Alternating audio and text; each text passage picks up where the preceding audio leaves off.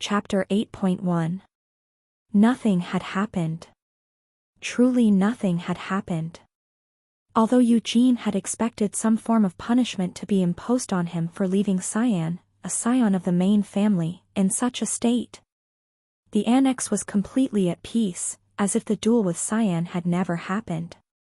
Frankly, while nothing that could be called an actual incident had happened, it wasn't like there had been absolutely no changes. Following the duel, the looks from the annex's servants had changed. They were now cautious of Eugene's mood while also not being in any rush to approach him. They probably didn't want to get caught in the aftermath together with him. "Are you okay with this?" Eugene asked as he looked at Nina. His first night at the annex was over, and it was now the following morning. When Eugene and Nina arrived at the first-floor dining hall, they had found that they were the only ones there. Even so, a large variety of dishes had been laid out on the dining table. "May I ask what you mean by that?" Nina inquired. "With accompanying me," Eugene said as he roughly sliced off a piece of meat for himself. The chunks of meat were cut far too big for breakfast fare. The only thing that Eugene had actually requested among all these food items was the meat. If he didn't make sure to eat substantially despite exerting his body vigorously, both his stamina and, of course, his physical fitness would decrease. Nina wasn't in a hurry to reply. While she hesitated, Eugene shoved the meat he had just sliced into his mouth with a knife. "It's not like I'm unaware of the situation, but I can't do anything to help it. Therefore, while Master Eugene stays at this estate, I will continue to serve as Master Eugene's personal attendant. You don't need to show any loyalty to a person who will be leaving after a month at most. After all, don't you have to keep working here once I'm gone? It's not all because of loyalty. This estate's head butler assigned me to be Master Eugene's personal attendant, and the one who ordered him to do that was probably the second lady." Nina smiled bitterly and shook her head. "If I were to neglect my duties while trying to stay out of trouble, that would mean I was indirectly disobeying the second lady's orders. That's why, even more so, I should act according to the situation and continue serving Master Eugene." "You've got a good head on you," Eugene complimented with a grin, pushing his empty plate aside. He proceeded to grab a lamb shank that was as thick as his forearms. "When you said that it wasn't all because of loyalty, doesn't that mean that you're at least slightly loyal to me?" Eugene remarked. "Even if it is temporary, you are still my master," Nina said. "Then I too have no choice but to act like a proper master. If something I do ends up causing you any grief, then don't keep it to yourself and instead just tell me right away." "Huh? What's with the huh? You were unlucky enough to become my personal servant, and I was also a bit unfortunate to be assigned a maid like you. As such, we should at least try to keep the air clean between us. However. Enough. You shouldn't question any of my orders from now on and just follow them. Understand?" "Yes." "Then go and get me some damp towels." Without another word, Eugene started tearing into the lamb shank with his teeth. Nina was momentarily stunned by this sight but nodded her head and began backing away. "I believe that towels alone might prove insufficient, so I will return after preparing a full basin instead," Nina said observantly. Visit for the best no_vel_read_ing experience. "That's just what I like to see, someone who can think for themselves," Eugene said with a smile, even as he chewed on a mouthful of meat. "Oh, and since you're dropping by the kitchen, pass a message to the chef. Tell him to increase the proportion of meat to everything else during lunch and, instead of trying to pointlessly elevate the dishes with some fancy cooking, he should just make sure to serve more lean meat." "Yes." As she continued to politely withdraw from the room, Nina gave the table a glance. Did that mean he was really going to finish all that by himself? Of course, Eugene finished eating everything. Ever since his previous life, he'd never been the picky sort and was able to enjoy eating all kinds of things. I've even tried eating monsters and demons. After picking out a piece of meat stuck between his teeth, Eugene washed his hands in the basin. Then, while patting his stuffed stomach, he left the table. Nina followed behind Eugene at a brisk walk. Have you heard if anyone is arriving today? Eugene asked her. My apologies, but no one has told me anything, Nina answered. Then go and find out. I'll be at the gymnasium if you need me. Yes. However, please consider, you've just finished eating. I'm afraid that if you start exercising right away, your stomach may start to hurt. Thanks for your concern, but it's unnecessary. My stomach doesn't hurt even if I start running right after a meal. Nina had a normal body and found it impossible to comprehend such a physique. Even so, she quietly withdrew without asking any more questions. Eugene hadn't lied to her. Since he was young, his body had never once suffered any lingering illnesses. Even his palms, which had been torn open while swinging the spear yesterday, were now completely healed without a single scratch. This really is such an unfair body. Come to think of it, even in his previous life, Vermouth had hardly ever needed to use anything like healing magic or potions. Although it was rare for him to even be injured, his body would heal on its own on those very few occasions he was hurt. Visit for the best no_vel_read_ing experience. Thanks to this, Anise and Sienna's healing magic had been almost exclusively dedicated to healing Molen and Hamel. The reason why you keep getting hurt is that you always race ahead without thinking. Hey, that stupid bastard Molen was the one who charged ahead first. That guy does it because he's a fool. So why do you keep copying that fool? Are you stupid too? Then fuck, should I just let that bastard get beaten up by the monsters? Why are you getting mad at me for? Sigh, let's just stop arguing. Take a look at Vermouth.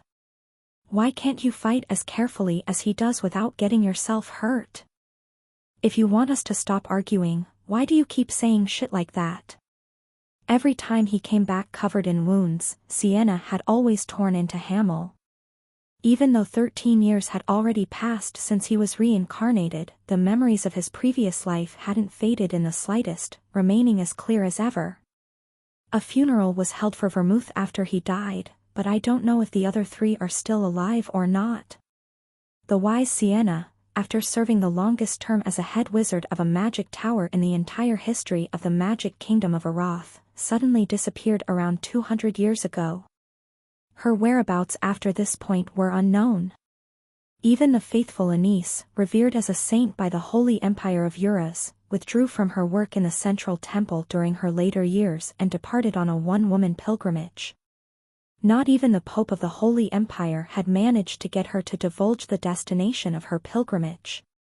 As for that foolish Molen, the first king of the northern Rohar kingdom, that guy was fortunately still around, having been seen relatively recently. Though relatively recently, in this case, meant 100 years ago. After abdicating from the throne, he lived a leisurely life. He had last made an appearance about 100 years ago on the anniversary of his kingdom's founding. No matter how much I think about it, I can't imagine that any of them would end up dying quietly, but such a thought was meaningless. Because Vermouth, the one who had seemed the most unlikely to die, had actually died more than 200 years ago. As Eugene felt a bitter taste rising in his mouth, he shook his head to clear it. The gymnasium, which Cyan had sprayed vomit all over yesterday, was now clean and tidy. Of course, the one who had cleaned it all up was Nina. "What are you doing here?" Eugene asked. "I was waiting for you." Seal was standing in the gymnasium. She smiled as she waved a hand at him and said, "You've come here after eating, right? I can still smell the meat. But I brushed my teeth." "What's the point if you only clean your mouth? The smell is coming from your entire body. Not the smell of cow dung?" "That's something my brother said." I never said that your body smells of cow dung. Also, I wouldn't even know what cow dung smells like. What else could cow dung smell like? It's dung. If you don't know, you can get a whiff of your own poop. How filthy.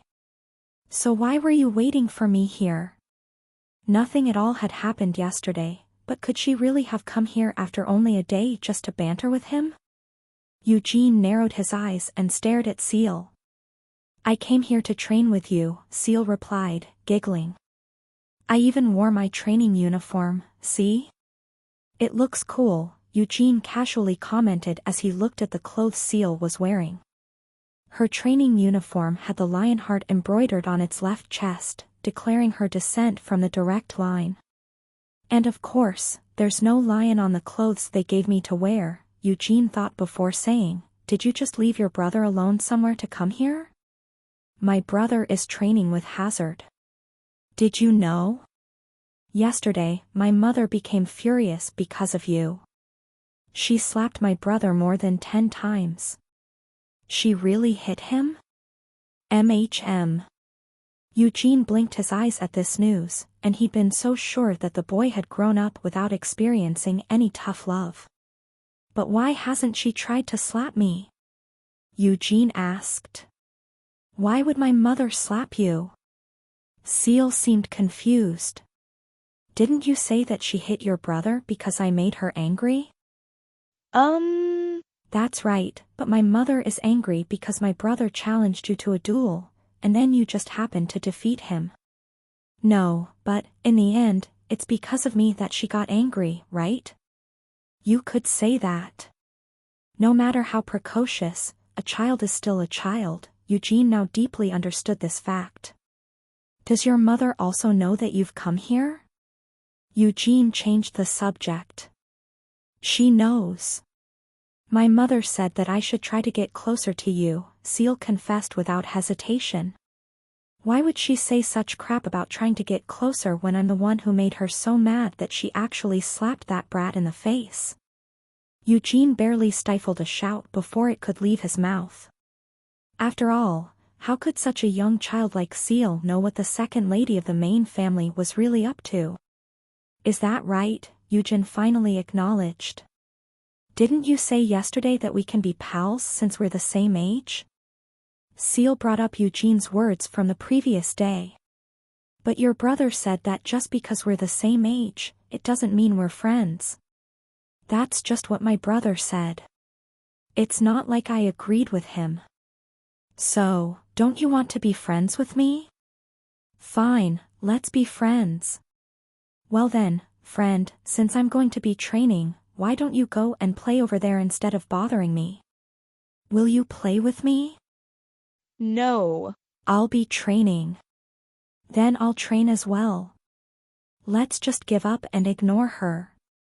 I should have done that from the start, Eugene thought with a click of his tongue as he headed for the gymnasium storeroom in the corner of the hall. You swung a spear yesterday. Will you be swinging a spear again today? Nope. Then what? A knife? For starters, I'm going to work up a sweat. Eugene slammed the door to the storeroom open. The inside of the storeroom, which had been covered in piles of dust just yesterday, had been thoroughly cleaned overnight. It was obvious who had done it. It looked like Nina had spent the entire night cleaning. That's just what I like to see, Eugene repeated with a mutter as he entered the storeroom. Not only had all the dust been swept away, but everything had also been organized and cleaned. That went especially for the sandbags, as their surfaces were smoother and they looked heavier than yesterday. In addition, it seemed that their leather had been polished and even the sand inside had been refilled. Still, there isn't that much in here to begin with, so there's nothing that really catches my eye. For some reason, he was getting an urge to do some axe work today. Even though there weren't any axes here. Eventually, Eugene left the storeroom, only carrying a heap of sandbags. What about your weapon? Seal asked. I'm going to be working on my body instead, Eugene explained. Eugene sat down on the floor and began tying sandbags to his limbs. Seal looked at him for a moment before heading to the storeroom and returning with some sandbags as well. I want to do it with you, Seal said. Why would you want to do that? Because it'll be boring just watching you. Do whatever you like. Eugene stood up, his body covered with hanging sandbags. Then he suddenly started running around the gymnasium's interior. It's heavy, Seal thought as she staggered to her feet. The mana she generated at the core of her body began circulating throughout her body, boosting her strength in the process. Seal was only able to move her body in the way she wanted to after doing this. Seal's disbelieving eyes followed Eugene around the room. Eugene had just started running but was already finishing one lap of the gymnasium even as he breathed deeply. Seal stayed where she was for a few moments, waiting for Eugene to return so that they could run together. Have you really not trained your mana? Seal felt she had to ask. I've told you already that I haven't. Stop talking to me. How amazing. How can you run with all that on you when you haven't trained your mana? Stop talking to me, Eugene snapped at her with an angry glare. In response to this, Seal stuck out her tongue at him once and then proceeded to stay silent. Nina returned from the main house, having followed Eugene's orders. She had secretly prepared herself to receive bitter criticism from the other servants of the estate, but surprisingly they hadn't treated Nina harshly. Did Master Eugene tell you to ask this? Yes. Understood. Today, once noon has passed. Although they showed some signs of wariness, they still politely answered all of her questions. While feeling puzzled by this fact, Nina headed over to the annex's gymnasium. Miss Seal? Nina asked, her jaw dropping at the sight in front of her. Oh, hey, servant, Seal casually greeted her. Her name is Nina, Eugene informed Seal. Seal corrected herself, hey, Nina. Seal smiled as she balanced on top of a rocking body. She was currently sitting on Eugene's back while holding an armful of sandbags. Gee, good day, miss. Nina belatedly bowed her head. But even as she did so, she secretly peeked upwards to look at what Eugene was doing. As sweat dripped from his body like rain, he was intensely focused on doing push-ups.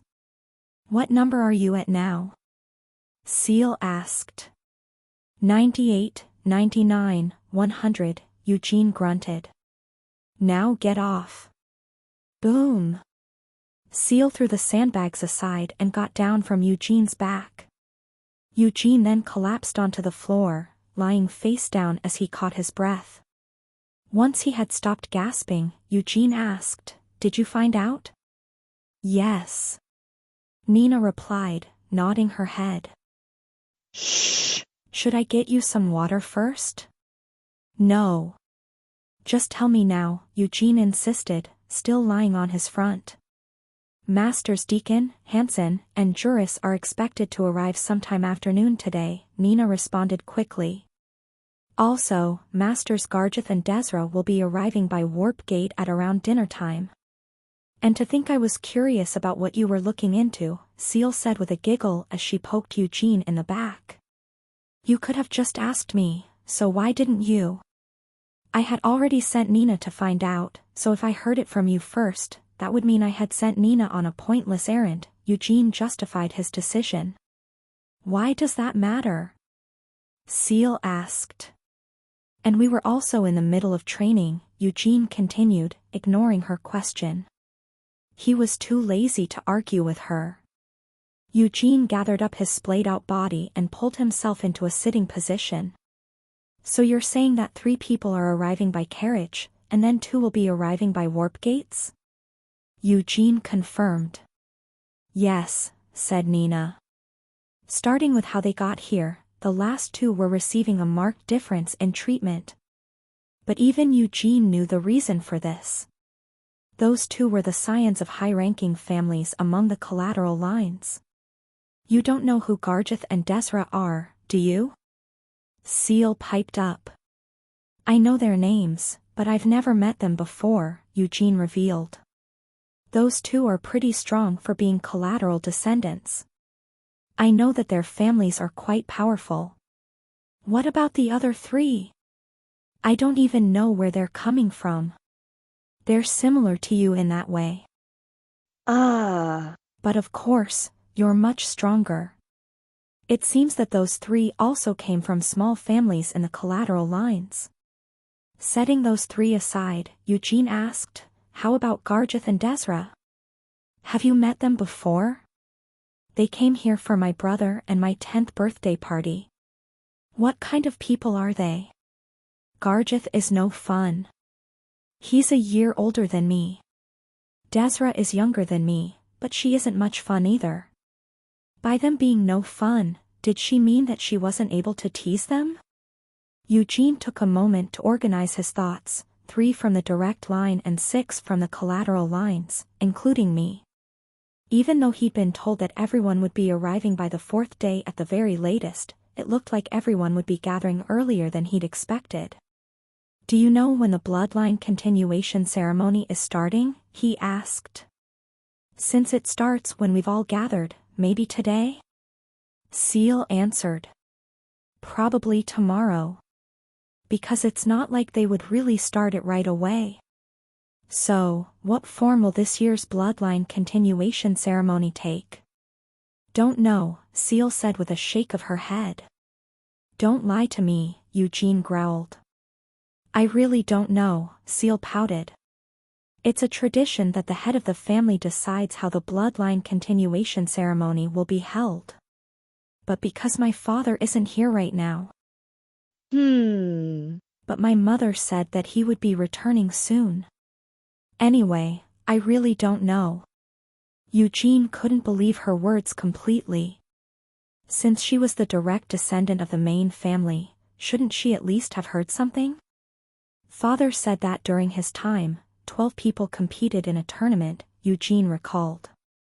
And in the last bloodline continuation ceremony, the participants were made to wander through a forest for 10 days. Each time the form of the ceremony changed, but the essence remained the same. The bloodline continuation ceremony was meant to fairly judge the quality of the future generations who would inherit the name of Lionheart. But unfortunately, although that was what it was meant to be, life wasn't fair. In the end, the children of the main family, who had trained their mana since childhood, were the ones who excelled during the bloodline continuation ceremony. Ever since Eugene had first heard about the bloodline continuation ceremony, he had thought that it was an odd tradition. As such, he had vowed to personally turn the tables on the main family during the bloodline continuation ceremony. Vermouth, don't feel sorry for them once I'm done messing with your descendants, Eugene spoke in his head to Vermouth, who was probably already in heaven, as he pulled his stiff body up off the floor. After all, it wasn't like I asked to be reincarnated as your descendant. Chapter 9.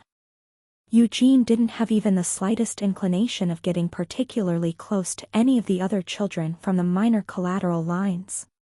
Although it wasn't like he didn't share any sense of belonging with them, honestly speaking, they just didn't have anything worth his attention.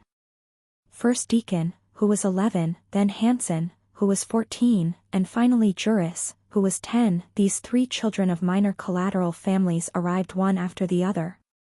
As he absent-mindedly exchanged greetings with them, in his head, he lumped these 3 together under one identity. They're the dropouts. In the first place, their attitudes lacked confidence, and they kept glancing around in a panic. He was especially skeptical of that guy named Hansen, who was 1 year older than Eugene. Hansen had chubby cheeks and an equally round body, but what Eugene really didn't like was the fact that he was pretending to be the leader of the current group of children just because he was the oldest. But he only kept up this attitude in front of Eugene and the other collateral descendants. Hansen, who had been arrogantly insisting that everyone call him Big Brother, immediately reverted to an obsequious attitude when he saw the lion heart embroidered on Seal's left chest. In fact, such an attitude wasn't particularly surprising. The collateral descendants from weak backgrounds had no choice but to be afraid of children from the direct line. Who on earth is he?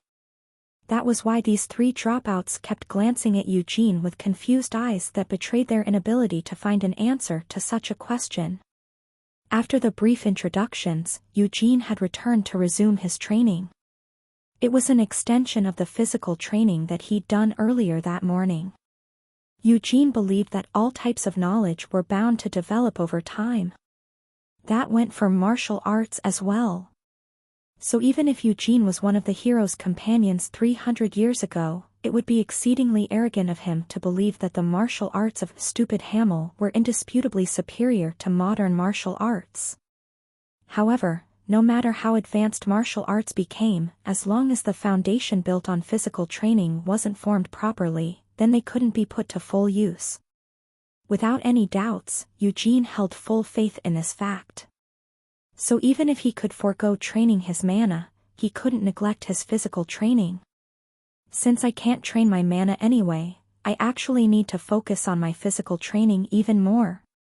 Such a plan was one that indisputably screamed of ignorance and lack of any better options. But so what? Because of that damn tradition, the bloodline continuation ceremony, he was forbidden from training his mana in the first place. The bloodline continuation ceremony was designed so that only those of the direct line could really excel. Eugene's plan to turn the tables on the direct descendants during the ceremony was also, in part, a way to get back at Vermouth, who had allowed such a tradition to be passed. Isn't that hard? Seal asked. Of course it's hard, Eugene replied.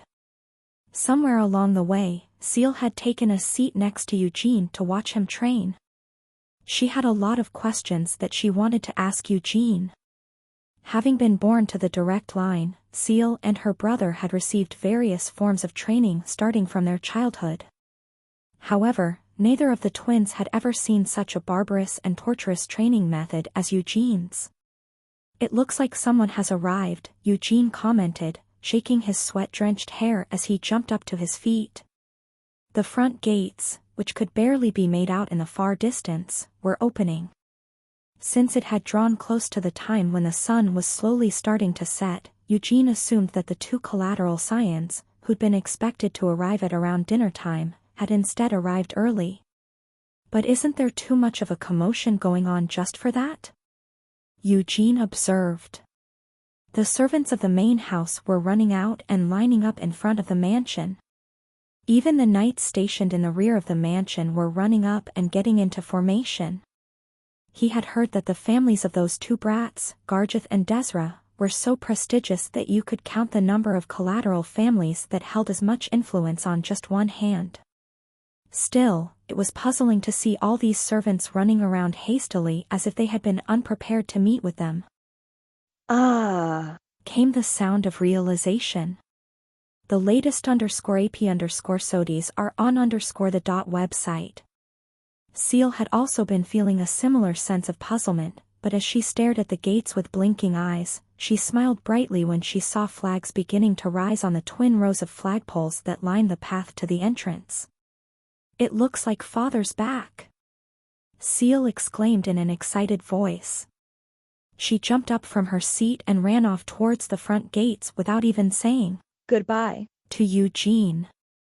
And Master Eugene, Nina called out as she approached Eugene while also in a fluster. It looks like the master of the house has returned. We have to go out to meet him. Wait, no. We need to get you changed first. It would look better to be there in such a sweaty state than to be the only one who was late, Eugene replied as he brushed the dirt off his body. Nina hesitated for a few moments before taking out a handkerchief from a breast pocket and wiping it down Eugene's arms and legs. Even with this, the intense odor of his sweat hadn't faded, so she even took out some perfume and sprayed it on Eugene. That's enough, Eugene said. He finished by roughly patting down his unruly hair, which had become streaked with a mix of dirt and sweat. He hadn't taken too long in getting ready, but the servants of the annex and the dropouts from the collateral lines had already left for the front gates. In the end, Eugene and Nina were the very last to leave the annex, as they too headed to meet the new arrivals. "Whoa!" Eugene said to himself, impressed at the sight. All the flags, embroidered with the lion heart, were soaring proudly in the sky. There were easily over 100 knights who had lined up along the path beneath the flags. The servants from the main house and the annex had also gathered in one location, lining up at the entrance to the mansion. The family members of the direct line were standing in front of the servants. Adjusting her outfit, Seal was standing to the left of Ancilla, and on Ancilla's right stood Cyan, his face still pale. Although the real power over the household had been taken from her hands, Tanis stood a few steps ahead of Ancilla. Her higher position as the official first wife required her to stand in front of Ancilla during such a situation. However, even though she was about to meet her husband, who had returned after so many years, she had a relatively calm expression on her face. Eugene looked at the boy who was standing next to Tanis. Although he had a pretty handsome face, his eyes looked dull for someone his age, and his shoulders were slouched. This was Ued Lionheart, the eldest son of the main family and the first in the line of succession. Tanis's lips moved slightly as if she was saying something. This caused Ued's expression to stiffen, and then he straightened his back and threw back his shoulders. It looks like the children of the main family have all received their fair share of tough love. Though that might also be why their personalities are such a mess. Eugene tooted in disapproval before turning his head away. "Please follow me this way," requested one of the main house's butlers, approaching the two late arrivals with his head bowed. The place where the children of the collateral lines were supposed to stand was to the side of the direct line's family members. Thanks to the moderate distance between the two groups, their difference in status had been made clear. Shying. The lines of knights drew their swords, all as one. Even though more than 100 swords were being drawn at once, the sound wasn't scattered and instead registered as a single note. Then, holding the swords to their left chest with the blades raised high, the knights turned towards the gates.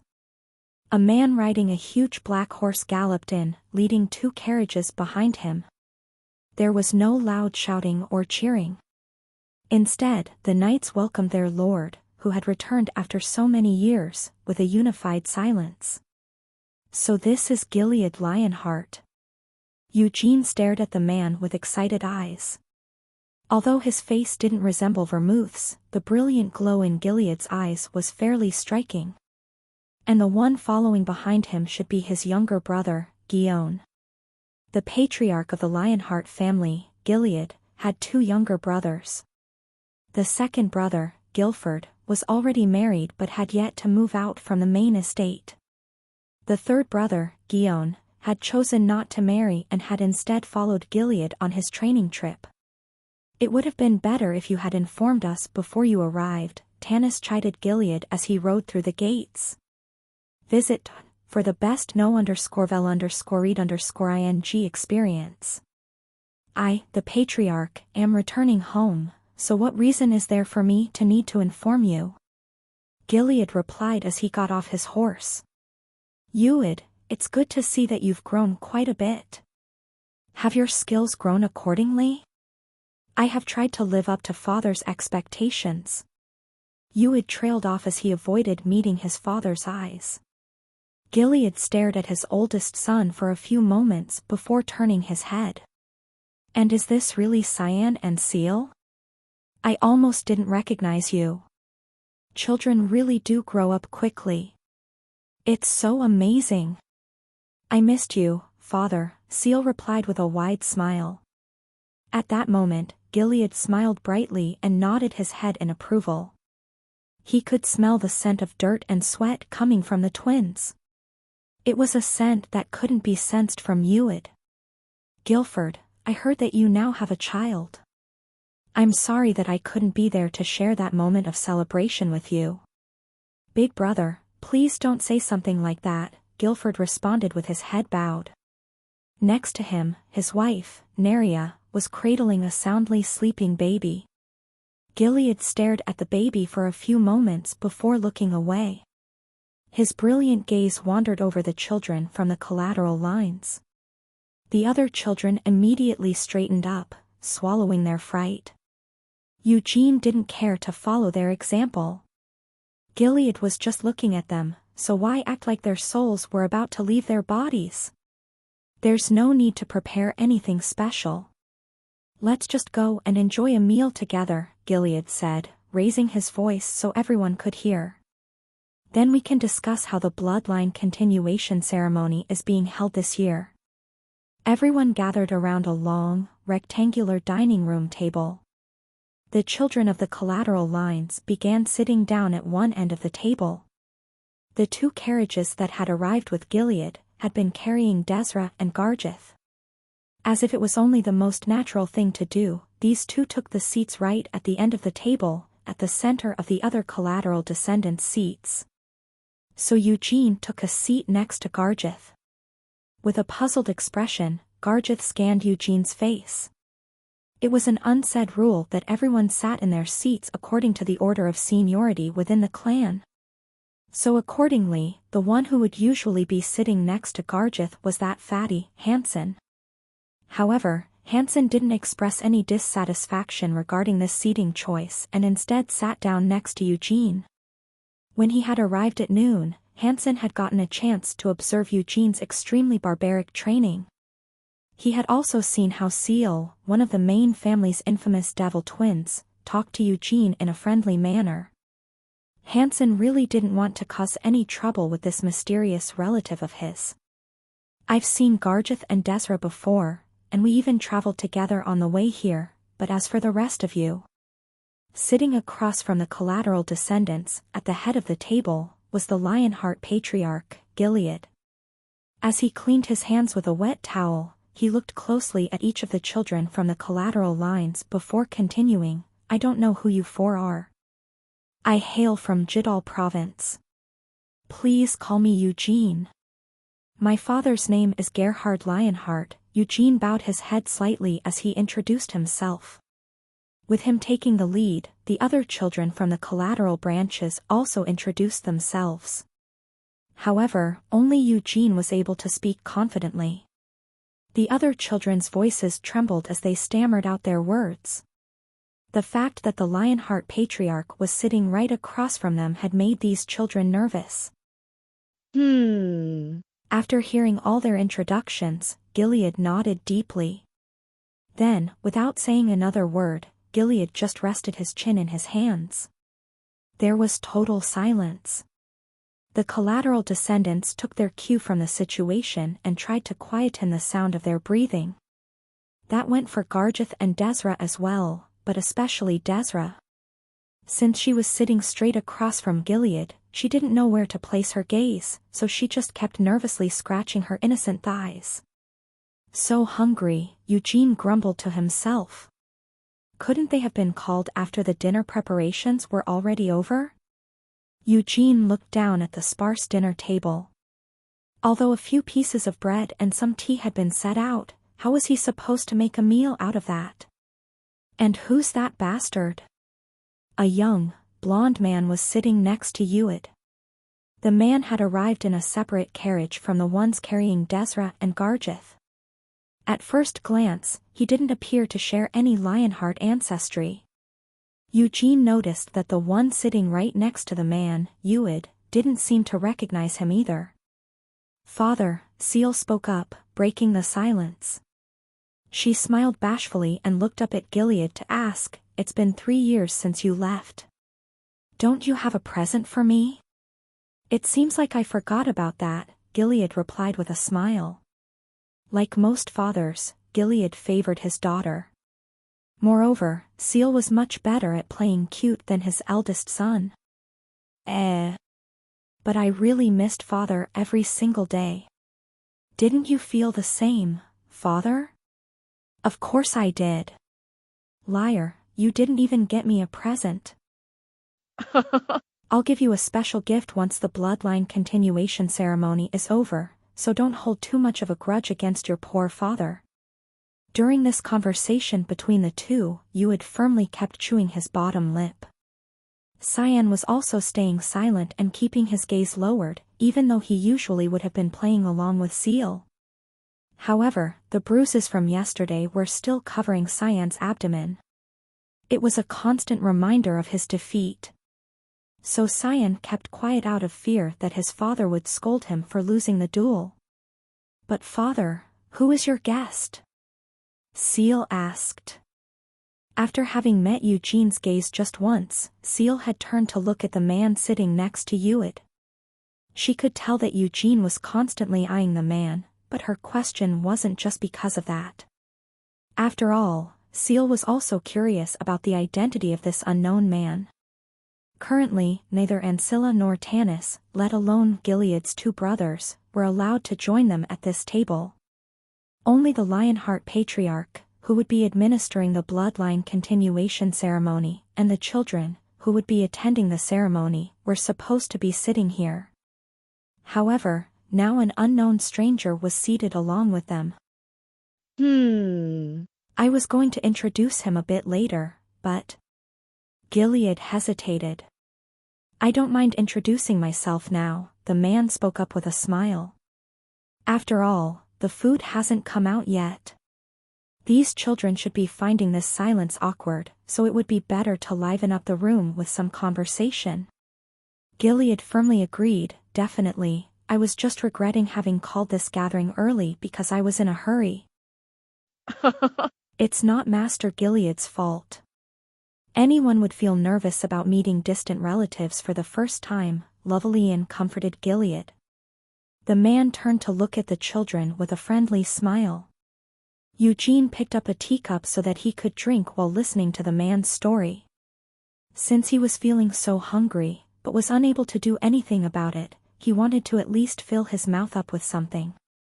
"Hello children, it's nice to meet you all. My name is Lovelian, and I am from Aratha's Red Tower of Magic." "Huh?" Desra let out a startled sound. "Lovelian."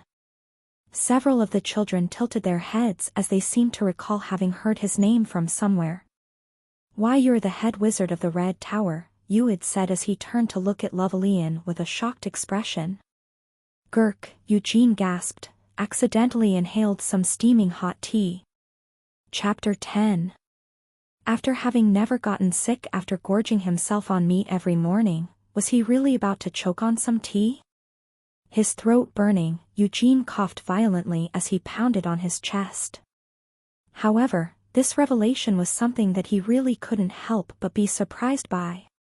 The magic kingdom of Arath had 5 magic towers, the red, blue, green, white, and black towers. Less than 300 years ago, there was no such thing as a black magic tower. However, it came into existence following the mysterious oath between the hero and the demon kings, and hundreds of years had flown by since then.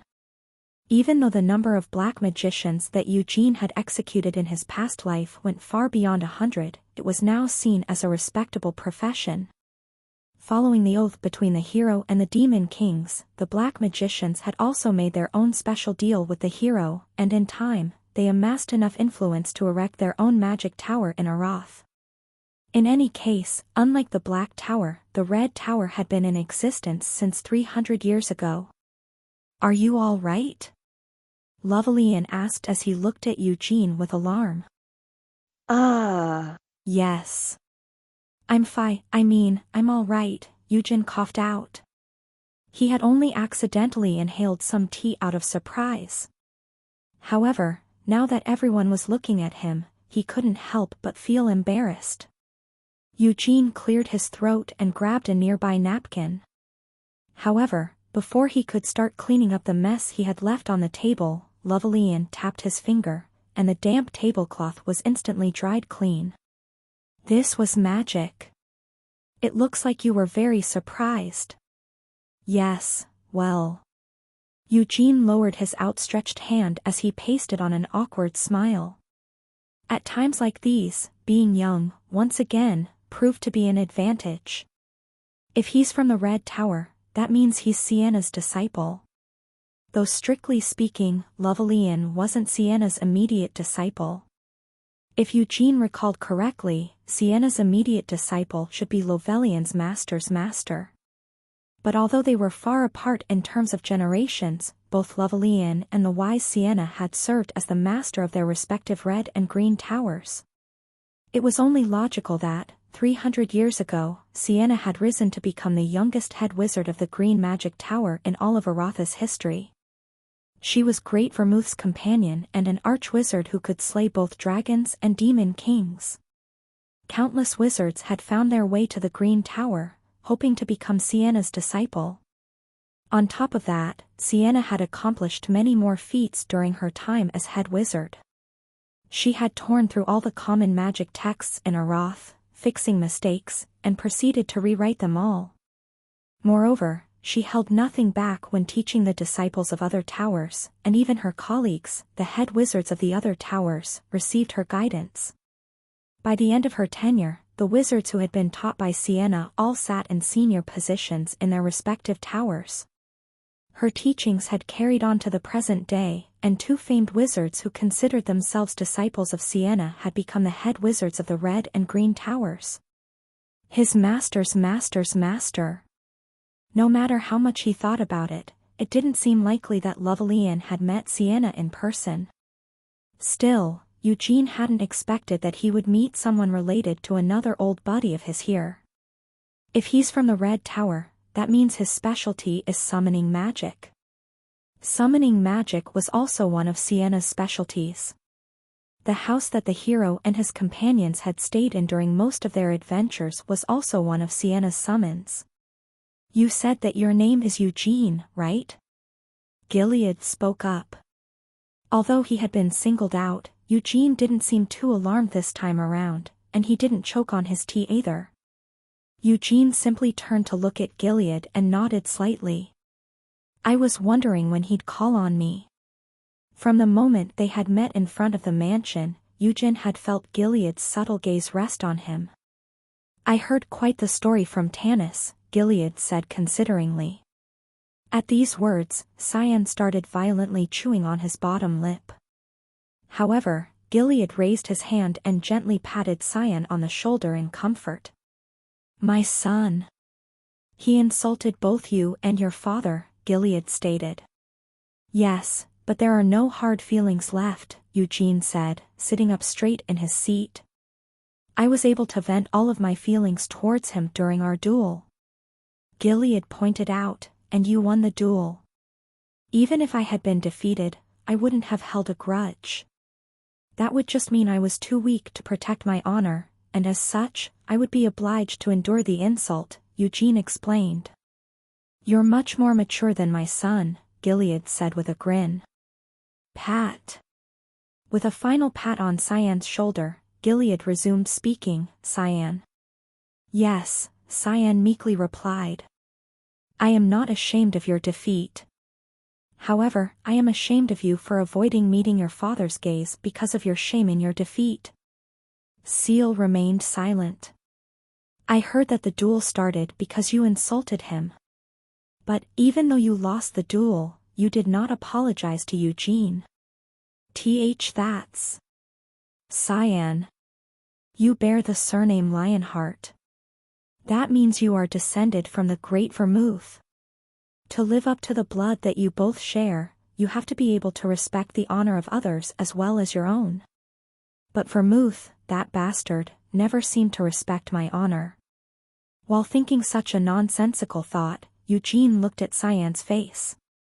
Because of how messed up the twins' personalities were, he had thought that their father would also have the personality of a scumbag. But Gilead seemed to be someone who unexpectedly had his head on straight. "They say that he's been away from home for 3 years. 3 years is a long time for 10-year-old kids, about a third of their entire lives." "I'm sorry," Cyan admitted, his nose sniffling as tears shone in his eyes. He wasn't crying because he was sorry, but because he felt that apologizing was unfair. Even though Eugene realized this truth right away, he didn't point this out as he had never expected something like a sincere apology from Cyan in the first place. Gilead also felt his son's obvious reluctance. However, if he were to point it out here, their conversation would end up taking far too much time. Gilead changed the topic. I'm sorry to say this, but Eugene, I'm not familiar with your father. That's only natural. Even I admit that my family is from deep in the countryside, Eugene conceded. Did you learn your skills from your father? He taught me the basics, but the rest I learned through training by myself. What kind of training did you do? I just trained with wooden swords and spears. Due to the prohibitions set by the bloodline continuation ceremony, I could only use those training weapons after all. That means you must not have had anyone who could teach you. Although we have a few knights at our estate as well, none of them were really good enough to qualify as my instructor. Is that so? Gilead was lost in thought for a few seconds. Cyan kept chewing his lips as he brooded, while Seal's eyes were lit up like she was having fun. Uid was looking at Eugene with an absent-minded gaze. He got into a duel with Cyan and won? Who was Gerhard again? As these thoughts flashed through their minds, Garjeth and Desra glanced at Eugene with astonished eyes. Beside them, the other children from the collateral branches were also looking at Eugene in shock. It seems that this year's bloodline continuation ceremony will be fun. Gilead finally broke his silence with a grin. I think so too. Lovelian, who had been listening to their conversation with interest, now nodded along with a smile on his face. Visit for the best no_vel_read_ing experience. The food started arriving from the kitchen. However, no one touched it as they were waiting on Gilead. I don't know if these dishes will suit your tastes, but please enjoy the meal. After this blessing, Gilead started eating. Following suit, the children also grabbed their cutlery. Then, as if he had been waiting for this, Eugene immediately sliced off a large chunk of meat for himself. Once the meal began, the atmosphere of the room relaxed a bit. Even though you ate all that for lunch, you're still hungry? Seal asked Eugene. I may have eaten lunch, but I kept moving around afterward, so of course I'm hungry, he replied.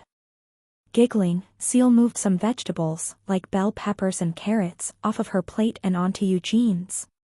If that's the case, then eat some of mine as well. I'm not that hungry.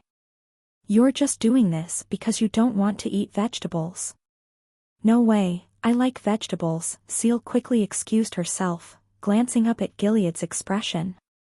It's really because I'm not that hungry. After everyone's dishes were just about empty, Gilead put down the glass of wine he had been drinking and started speaking. As you may have already guessed, the reason we have arranged to hold dinner like this is to explain the contents of this year's bloodline continuation ceremony. At these words, the movements around the table began coming to a stop, one by one.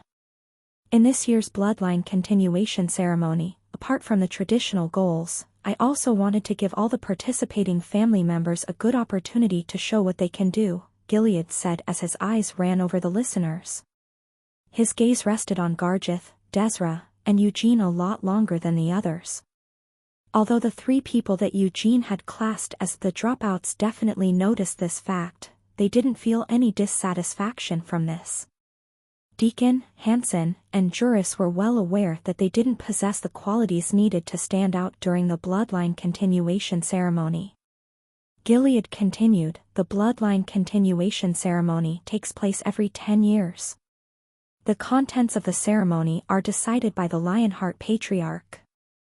I was also the one who administered the last bloodline continuation ceremony. As you may have heard before arriving here, the last bloodline continuation ceremony had the 12 participating children wander around in the middle of the forest.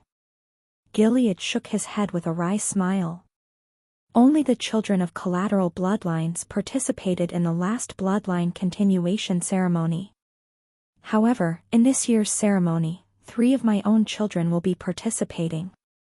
Although it might sound ridiculous coming from me, I believe that the tradition of the bloodline continuation ceremony is far too discriminatory. Gilead's 3 children all looked surprised at this admittance. The bloodline continuation ceremony is a tradition that favors the direct descendants. Collateral descendants are not allowed to wield real weapons or even train with their mana until the bloodline continuation ceremony is over. Taking part in the ceremony under such conditions, wouldn't the results be obvious? The collateral descendants have never been able to defeat the direct descendants. Everyone was listening silently. However, it is impossible to get rid of a long-standing tradition all at once. This rift had been dividing the direct line from the collateral lines for several hundred years. Recently, Gilead's brother, Guilford, had also been blessed with a child. When that child turned 5, Guilford would be forced to leave the main estate and become the head of a new collateral branch. Although they were all descendants of the Great Vermouth, only the Lionheart clan's direct line could boast the true and direct bloodline. Therefore, the direct line could only be inherited by the Lionheart patriarch's own children. That was how the legacy of the Lionheart estate had been passed down for generations. Those of the collateral lines, no matter how thin their bloodlines have become, don't they all still bear the name of Lionheart? The bloodline continuation ceremony's main purpose has always been to confirm that those who inherit the name of Lionheart possess the same heroic qualities as the one they claim descent from, the Great Vermouth. Therefore, the concentration of the bloodline holds no importance. Vermouth, Eugene thought as he chewed on his meat, your descendant seems like a better man than you were. What meaning is there in a competition where victory has already been decided? I want to confirm the heroic qualities of not just my own children but the rest of you who have inherited the name of Lionheart as well. Gilead turned his head to the side. As such, unlike with previous bloodline continuation ceremonies, I've decided to get some outside help for this year's ceremony. And that's why I'm here. Nice to meet you all, children, Lovelian smiled broadly. The patriarch's sermon was a bit too long-winded, wasn't it? I understand if you might be feeling a bit sleepy, but please rouse yourselves and pay attention now. Gilead smiled sourly. Lovelian didn't pay him any attention and continued speaking. We need to get started with preparations first before we'll know for sure, but the bloodline continuation ceremony should begin in 4 days at the very latest. If you want to know what we'll be doing during that time, I plan to conjure a maze over there in that forest. Lovelian raised his hands. Mana gathered between his palms like a mist before forming into the image of a giant maze hovering over the dinner table. All of you will enter the maze through a different entrance and begin exploring. Various monsters will be wandering inside the maze, but there's no need to worry too much. None of you will be getting hurt or actually hurting anyone inside the maze. How is that possible? Seal asked, tilting her head. Well, that's because everything inside will be an illusion created by magic. So whatever happens to you all inside the maze, it won't actually be real. However, it will still seem like an extremely realistic experience.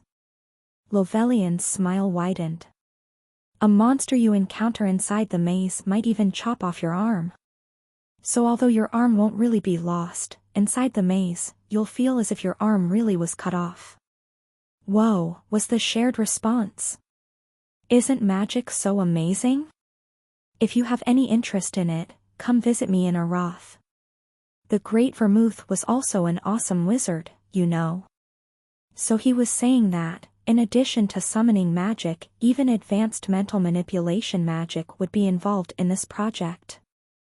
Well, you need to be able to do this much if you want to make it as the head wizard of a tower. Eugene quietly listened to Lovelian's explanations. In addition to the monsters, we will also be preparing all sorts of traps inside the maze. Of course, they also won't truly be dangerous. Yes, Seal cheerfully called out. Seal was the only one giggling as she listened to Lovelian talk. The dropouts' expressions were instead filled with fear. Once everyone enters the maze, there is only one simple thing that you all need to do. Head to the center of the maze to defeat the boss monster there. How do we defeat it? Someone asked. You just need to kill it. Who here has hunted monsters? Me, this time, multiple voices spoke up. All three from the main family raised their hands. Of the collateral descendants, only Gargith, Desra, and Eugene held their hands up. Eugene was about 10 years old when he first killed an orc by beating it up with his wooden sword. This will be similar to then. The bloodline continuation ceremony will end when one of you 9 participants reaches the center of the maze and defeats the evil boss monster. Will it be okay if we can't make it to the center of the maze? Asked Hansen.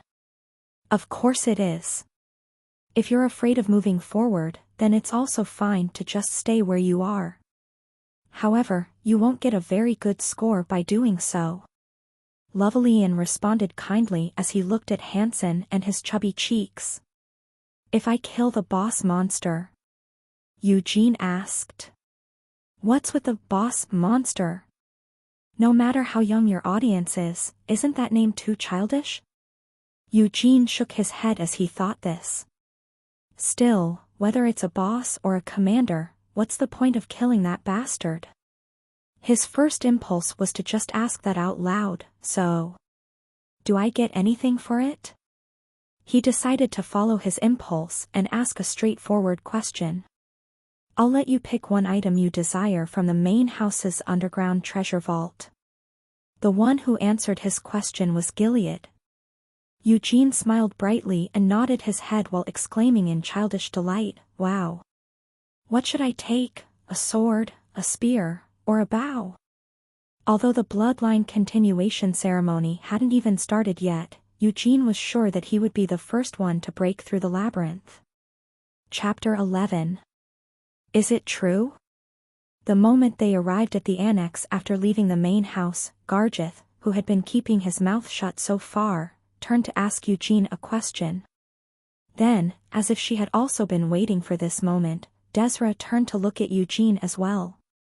What is? Eugene asked in return. Did you really duel with Cyan Lionheart, and win? Yep. Gargith's eyes shook in surprise at this honest answer. He scanned Eugene from head to toe with a look of disbelief in his eyes. Gargith Lionheart, at 14, was a year older than Eugene. His family had only split off from the main family during the time of the previous patriarch. Additionally, his family lived in the middle of a forest infested with monsters. Due to this, starting from a young age, Gargith would often play in the forest by crushing the heads of small monsters such as goblins. In other words, his family could be selected as one of the best among the collateral branches in terms of military might, a true martial family. That went for Desra as well. Although her family had branched off from the main family several generations ago, since her grandfather's time, it had become a highly prestigious martial family whose members were known to enter the Empire's military forces. As it turned out, the two of them had had a lot of contact with each other ever since they were young. Even though they shared the same family name, the degree of kinship between them was pretty far apart, and they were around the same age. Because of these factors and how close their families were, talk of them getting married in the future was often brought up as a joke. Naturally, their two families had also exchanged various opinions about this year's bloodline continuation ceremony.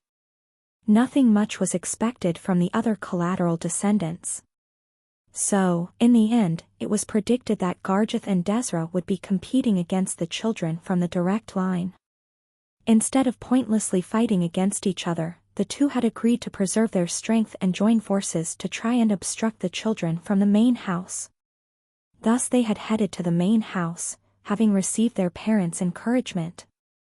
However, upon their arrival, they found out that a bumpkin from a collateral line had appeared out of nowhere and dueled with Cyan Lionheart of the main family. He had even managed to defeat Cyan in a single blow to boot, catching the attention of the Lionheart patriarch. Who is Gerhard anyway, they wondered. These two couldn't even recognize who Eugene's father was. This was understandable, as there were a whole bunch of collateral families who all bore the name Lionheart. Among these Lionhearts, the only clan members whose names had become widely known were those closely related to the direct line and a prestigious few among the collateral lines. He wasn't at the birthday party 3 years ago either. Garjeth and Desra exchanged intent looks as they communicated with each other. "Are you done with your questions?" Eugene asked. Yes. Then I can go, right? Eugene didn't wait for a reply. As he passed between the two, they turned to watch him leave with confused expressions. They were left wondering where he was going, and they saw him head for the nearby gymnasium instead of entering the annex. "You've returned already?" Among all the annex's servants, Nina had emerged the fastest to greet them. As if she had been waiting for him in particular, she immediately handed Eugene a thick towel. "What's this for?" Eugene asked. "You're going to go train, aren't you?" Nina confirmed. "I appreciate this," Eugene said with a grin and a nod to her. Although only a day had passed since they first met, Nina had already learned most of what she needed to know about Eugene. She just needed to plan as if her 13-year-old master had somehow been possessed by a ghost that had died because it wasn't able to train. Before a meal, he needed to train to build up an appetite, and even after a meal, he also needed to train to help his digestion. "When would you like to take your bath?" Nina inquired. "A couple of hours later." "Will you be fine with cold water?" "Of course, that's fine." Nina trotted along behind Eugene. She had just recently finished her apprenticeship. So under the usual circumstances, Nina was supposed to take care of the annex's lowliest chores. However, the servants of the annex were wary of Eugene, so they didn't assign Nina even a single task. Thanks to this, Nina could focus entirely on adjusting her routine to Eugene's habits. "Now, what are they up to?" he thought as he caught two voyeurs. Eugene had finished a full-body workout earlier that day, and since the night air was so refreshing, he had planned to swing his wooden sword a few times, but Garjeth and Desra were now staring at him from a distance. Then, having reached some sort of conclusion, Garjeth began striding up to him. Eugene observed him wordlessly. Without any hesitation, Garjeth pulled off his top and tossed it aside. His body showed an unbelievable level of muscle development for a 14-year-old. Not only that, his entire body was also covered in small scars. Without saying a word, Eugene continued to stare at Garjeth. Garjeth proceeded to take a big gulp of air and flexed his chest, showing off his broad pectoral muscles and the twitching abs below. While putting on an air of arrogance, Garjeth pounded his chest muscles and asked, "Want a touch?" Eugene had just been wondering to himself, what is that bastard up to? But as he stared at Garjeth, Eugene realized that Garjeth seemed to have fallen into some kind of stupid delusion that they were competing with their muscles. "No," Eugene replied without hesitation. With a disappointed expression, Garjeth slowly deflated his pumped-up pecs. Then he also headed into the corner with the gymnasium's storeroom. After some time, Garjeth emerged carrying a wooden sword. With an expression that was full of dissatisfaction, he said to Eugene, "The weapon selection in this storeroom is really too poor. It feels like it has less than a quarter of what a storeroom at my family's home has." "Is that so?" "I mean, I graduated from this sort of ordinary wooden sword when I was about 6 years old. At home, I even have a huge greatsword that I custom ordered. Of course, since it's meant to be for training, I didn't get the edge sharpened, but since it has an iron core running through the center, it's extremely heavy." "How impressive. It looks like you've also had a lot of training before coming here, but..." Garjeth glanced at Eugene's forearm with which he was holding his sword. It definitely couldn't compare to Garjeth's own thick forearms, but Garjeth could clearly tell that Eugene's arms had undergone a long period of training. "What type of training do you usually do?" Garjeth asked. Why do you ask? Replied Eugene with a question of his own. I heard that you defeated Cyan, right? Just how on earth did you train that enabled you to beat Cyan Lionheart, a child of the direct line? I just trained hard. It was too annoying to explain, so, with this casual reply, Eugene resumed swinging his wooden sword. Each swing was a basic motion that rose and fell through the air. As Eugene silently repeated these movements, Gargith, who had been standing there stunned, also raised his wooden sword. Whoosh!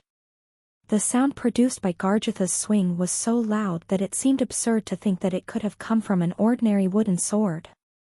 It was a sound produced solely by pure muscle strength, without any assistance from mana.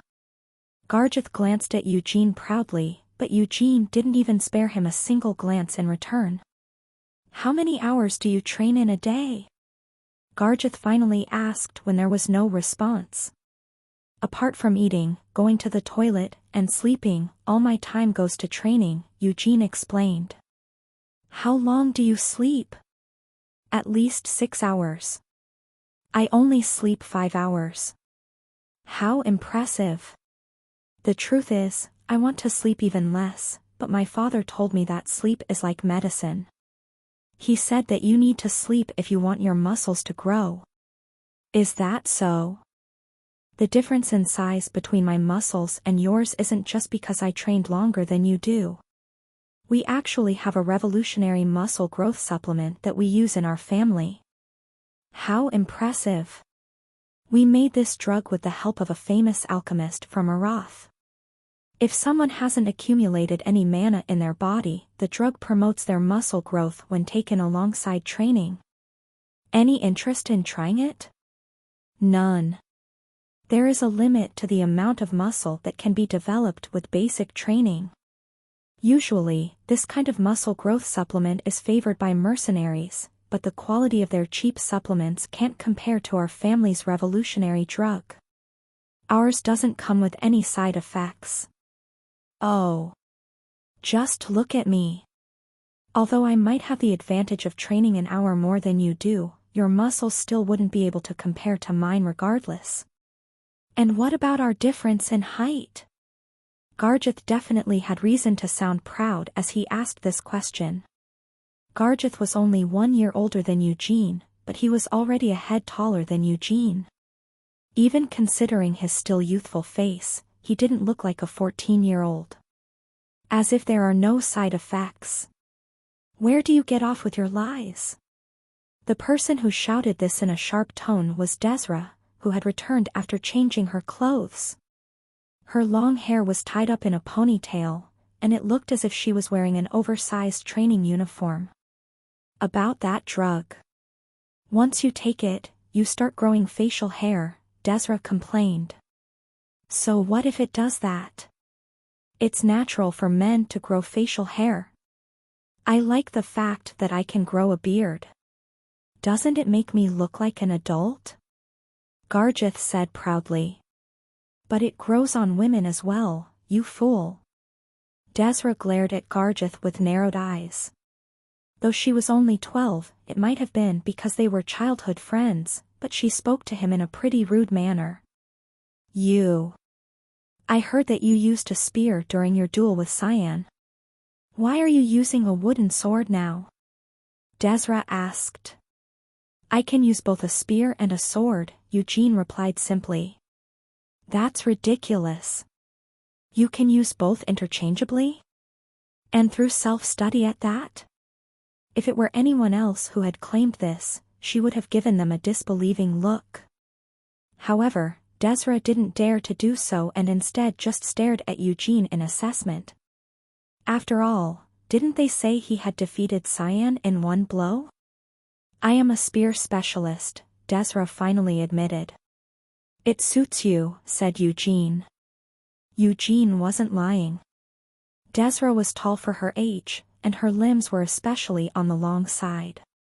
Just swinging your sword isn't any fun. So why don't you spar with me? Desra said. Fine. Eugene nodded his head. He preferred Desra, who had coolly asked for a spar, over Gargith, who kept saying this and that about his muscles. Moreover, he was curious about the skills of these children, who were considered elites among the collateral lines. "You should use a spear as well since I'll be using a spear," Desra said. "Do I really need to do that?" Eugene asked. "Rather than your swordsmanship, I want to see your spearmanship." Without waiting for a reply, Desra raced off to the storeroom. Soon, she returned, carrying 2 long spears by her side. "Take this," she said, thrusting one of the spears into his hands. The 2 children were soon standing across from each other, holding their spears at the ready. Gargith stood in the center, still topless. "What are you doing?" Desra asked Gargith. "I thought I'd serve as the judge," Gargith answered her. "What kind of spar needs a judge?" "Spars should also be fair." As Gargith said this, he raised his hands into the air. Even though Eugene had no interest in seeing another man's fully exposed armpits. "This bastard. His actions keep reminding me of a certain fool." His size played a role in this as well. If his last name wasn't Lionheart, Eugene would have seriously suspected that Gargith was descended from Molin instead of Vermouth. "You may begin as soon as I call start," Gargith announced. "Just hurry it up already, idiot," Desra shouted. As commanded, Gargith dropped his raised arms with a quick leap backward. "Start," he shouted. Although Eugene had ended his confrontation with Cyan in a single blow, he had no intention of doing the same thing this time, as he wanted to see Desra's full range of skills. Instead of rushing in immediately, Desra slowly moved in a few steps at a time, trying to find a gap in Eugene's defenses. Eugene held his spear in both hands and refused to move from the spot. However, the spearhead alone showed slight signs of motion as it traced Desra's movements. Ugh. Desra's eyes twitched in frustration. Although she was pretty confident in her spearmanship, at the moment, she really wanted to question if she was genuinely holding a spear in her hands or just a harmless branch. There are no gaps. She had made all sorts of movements and feints, but she still couldn't see any cracks in Eugene's defenses. With a spear in her hands, she should have been able to see something by now, but... Desra chewed her bottom lip in worry. If she kept waiting for an opening, she would end up being unable to do anything. Convincing herself of this, Desra boldly stepped forward. The distance between the two was shortened in an instant. Just the slightest bit slower than her first step forward, her spear shot straight out. Clack! A slight movement from Eugene's spearhead sent Desra's spear flying to the side. At that moment, Desra rotated her body along with the movement of the spear. The tip of her spear thus swung around in a circle and once again sped towards Eugene. However, the result was the same as before. Clack! As her second attack was blown away, Desra's eyes wavered. Ha! She bit her lips and tensed her arms as she thrust with her spear, thrust forward, withdraw, and thrust forward once more. Mixed in between each motion of her spear was the muffled sound of their wooden weapons clashing. Each of her decisive and piercing thrusts was smoothly parried away by Eugene. She knows how to incorporate rotation, and she even knows how to make use of recoil and momentum, Eugene observed. If you considered that she couldn't use mana, it was a pretty impressive performance. On top of that, her potential for future growth was limitless with how young she was. But that was all talk for the future. Right now, she still wasn't Eugene's opponent. The shaft of her spear suddenly slid through Desra's hands. She purposefully lowered her grip on the length of her spear to extend the spear's attack range for a single blow. Whoosh! The attack slashed down on Eugene from above. With a smile, Eugene twisted his body to the side. After parrying for so long, this was the first time he had actually dodged. Desra drew confidence from this fact. If she could just pull back for another attack. Although her thoughts had gone in this direction, reality didn't turn out the way Desra had imagined. The moment her spear had gotten close to the ground, Eugene stepped on top of it. Then, at that same moment, he stabbed his spear at Desra.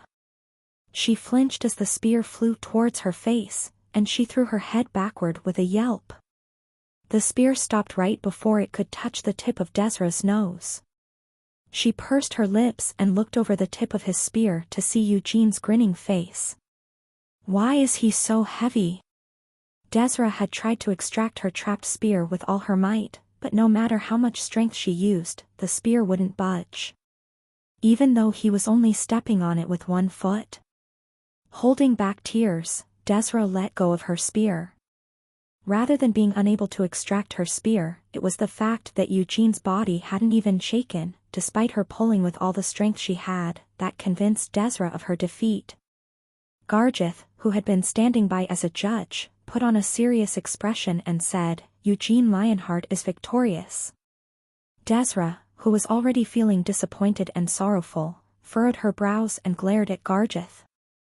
"Shut up, you fat bastard," she yelled at Gargith. "I'm not fat. Fat only refers to someone like Hansen. I told you to shut up." Gargith shook his head in disappointment. "Desra. So you didn't learn anything from the Lionheart Patriarch's impressive speech earlier? You shouldn't consider your defeat shameful, and you should be able to respect the honor of your opponent." Ugh. With this groan, Desra staggered a few steps back, unable to say anything in her own defense. After exhaling a weary sigh, she turned and bowed her head towards Eugene, saying, "I've lost." "That's right," Eugene replied with a happy grin. "But you're quite good with a spear. Are you making fun of me?" Even though he was being sincere, Desra shouted at him angrily. It was only then that Eugene once again remembered that he was a kid who was about the same age as Desra. So Eugene decided to cover for his mistake by acting his age instead. "But I'm just better," Eugene smirked. "This son of a bitch." Desra hissed from between gritted teeth. "That's the reason I won, isn't it? If it upsets you so much, you should have won instead." "Shut up." Eugene snickered mockingly. "Kakik," says the one who lost to me without even landing a hit.